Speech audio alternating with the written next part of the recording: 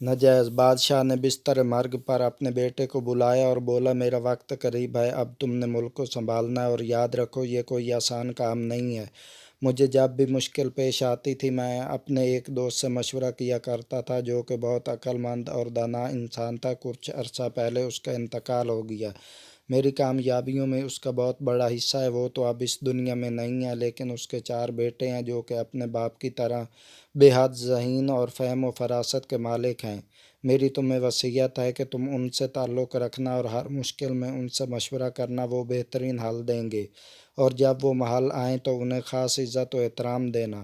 کچھ دن کے بعد بادشاہ مر گیا اور شہزادہ بادشاہ بن گیا۔ بادشاہ کے انتقال کی خبر جب ان 4 بھائیوں کو ملی تو انہوں نے سوچا، بادشاہ ہمارے والد صاحب کو بہت عزیز رکھتے تھے، ہمیں ان کی تعزیت کے لیے محل جانا چاہیے۔ چنانچہ وہ محل پہنچ گئے۔ درباران نے شہزادے کو ان کی آمد کی اطلاع دی۔ شہزادے نے سوچا، اب تو وہ بادشاہ بن گیا ہے، ایک دم ملنے سے عزت میں فرق پڑتا ہے، آخر وہ ایک بادشاہ ہے، کوئی عام آدمی تھوڑا ہی ہے۔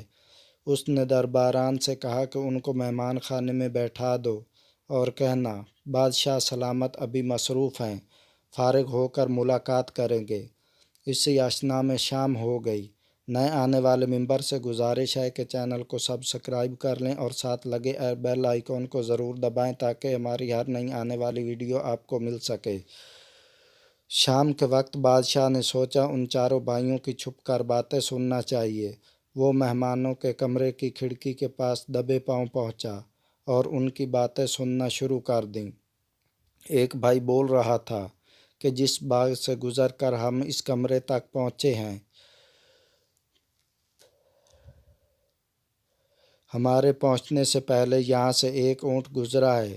دوسرا بولا، بھائی جان وہ اونٹ ایک آنکھ سے کانا ہے۔ تیسرا بولا، وہ ایک پاؤں سے لنگڑا بھی ہے۔ بادشاہ ساری بات سن کر چپ چاپ چلا گیا اور باغ کے نگراں سے پوچھا، کیا تم نے کوئی اونٹ ادھر رکھا ہوا ہے؟ نگران سن کر خوف زدہ ہوا اور جان کی امان ملنے پر بتایا، جی حضور، وہ اونٹ بوڑھا ہو گیا، ترس کھا کر اس کو باغ میں کچھ دیر کے لیے چھوڑ دیتے ہیں کہ وہ باغ سے پتے وغیرہ کھا سکے، کیونکہ وہ ایک آنکھ سے کانا بھی ہے اور لنگڑا بھی۔ بادشاہ بولا، ساری معلومات ان مہمانوں سے پوچھو اور آ کر مجھے بھی بتاؤ۔ نگران نے بھائیوں سے پوچھا، آپ کو کیسے پتہ چلا کہ ادھر کوئی اونٹ آیا تھا؟ انہوں نے کہا کہ درختوں کی قطار میں ایک طرف سے اونچائی پر پتے اور ٹہنیاں کھائی ہوئی تھی، جس سے ہمیں پتہ چلا کہ یہ اونٹ ہی ہو سکتا ہے، چونکہ راستے کے صرف ایک طرف کی پتیاں کھائی ہوئی تھی اور دوسری لائن کے درخت صحیح و سلامت تھے، جس سے ہمیں اندازہ ہوا کہ وہ ایک آنکھ سے کانا بھی ہے۔ اس کے علاوہ اس کے پاؤں کے 3 نشان صحیح پڑتے تھے اور چوتھے پر ایک گھسیٹ پیدا ہوتی تھی، اس سے معلوم ہوا کہ وہ لنگڑا ہے۔ نگران ان کی بات سن کر ان کی عقل مندی پر داد دینے بغیر نہ رہ سکا اور جا کر ساری بات بادشاہ کو بتائی۔ بادشاہ نے خادم کو حکم دیا کہ مہمانوں کو رات کا کھانا پیش کیا جائے اور خود اپنے کمرے میں جا کر آرام کرنے لگا۔ اگلے دن بھی بادشاہ نے ان سے ملاقات نہیں کی۔ جب شام ہوئی تو وہ پھر چھپ کر ان کی باتیں سننے لگا۔ اب کی بار ایک بھائی بولا، یہ کیا بد تہذیبی ہے کہ ہمیں حرام جانور کا گوشت پیش کیا گیا۔ دوسرا بولا، جس عورت نے ہمارے لیے روٹی بنائی وہ نجس حالت میں تھی، لگتا ہے گوشت کتے کا تھا۔ سب سے بڑا بھائی بولا، نہیں، گوشت تو بکرے کا تھا، لیکن شاید بکرے کی پرورش کتیا کے دودھ پر کی گئی ہے۔